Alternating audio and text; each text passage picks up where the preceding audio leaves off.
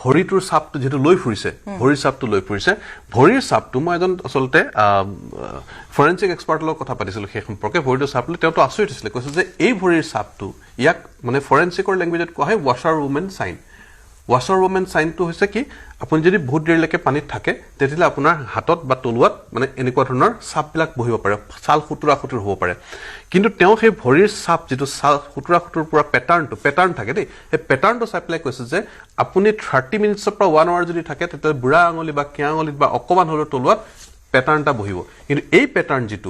যেটো ৰেখাৰ প্যাটাৰ্ন যেটো আছে সেই প্যাটাৰ্নটো চাই তেওঁ কৈছিল যে এটো আসলে বডিটো মিনিমাম 4 hours to 6 hours লাগে ডুবি থাকিব লাগিব তেতিয়াহে সাধাৰণতে এনেকুৱা ক্লাসিক প্যাটাৰ্নটো বনে ইন্টাৰেষ্টিং কথা এই গুটেখিনি কথা জন তদন্তৰ আউটত নাহিব জানো গতিকে এইখিনি কথা হয়তো আগতে কোৱা হোৱা নাই এই ৱাশাৰ ওমেন সাইন যেটো তেওঁৰ ভৰিত দেখা পোৱা গৈছে সেই ভৰিৰ যেটো প্যাটাৰ্ন সেই প্যাটাৰ্নটো ষ্টাডি হ'ব